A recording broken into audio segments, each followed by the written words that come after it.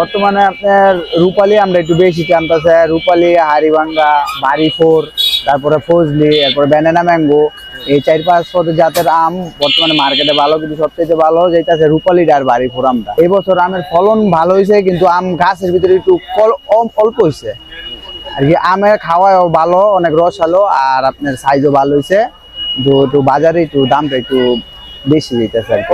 আমাদের পাইকারি কিনে আনতে একটু দাম বেশি, কাস্টমার তো আপনার একটু 10-20 টাকা বেশি, কেজি 120 টাকা, একটু ভালোটা নিলে 10 টাকা একটু বাড়তি এরকম। আর আমরা আরো থেকে তুমি যেটা বাচ্চা নিয়ে একেবারে ইয়ের থেকে ওইটা একটু দাম বেশি জানতে হয়, একটু বাড়ায় ব্যস্ত নাহলে তো আমাদের দোকানে আছে স্টাফ আছে, স্টাফ খরচপাতি চালু করতাম না, বাস আমাদের।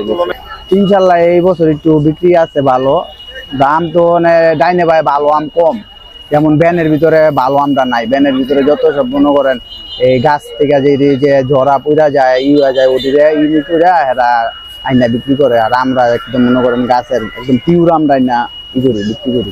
আমের কেজি ফজলি 80 টাকা, রূপালী 100 টাকা, বাড়িপুর 100 টাকা। খেতে ভালো বেশি রূপালী, চাহিদা বেশি কোনটা? চাহিদা বেশি রূপালী আমের। মোটামুটি ইনশাল্লাহ ভালো। আমের দাম মিডিয়াম সাইজে আছে, বেশি না, তবে আম ব্যবসা কিনা ভালোই চলছে। আমগুলি আসছে রাজশাহী থেকে, কিন্তু জায়গা কোন জায়গাতে আসে ওইটা আমরা সঠিক জানি না। আমরা মনে করেন যে ঢাকা বাদামতলি থেকে আনি বা নারায়ণগঞ্জ থেকে পাইকারি আনি, আইনা বিক্রি করি।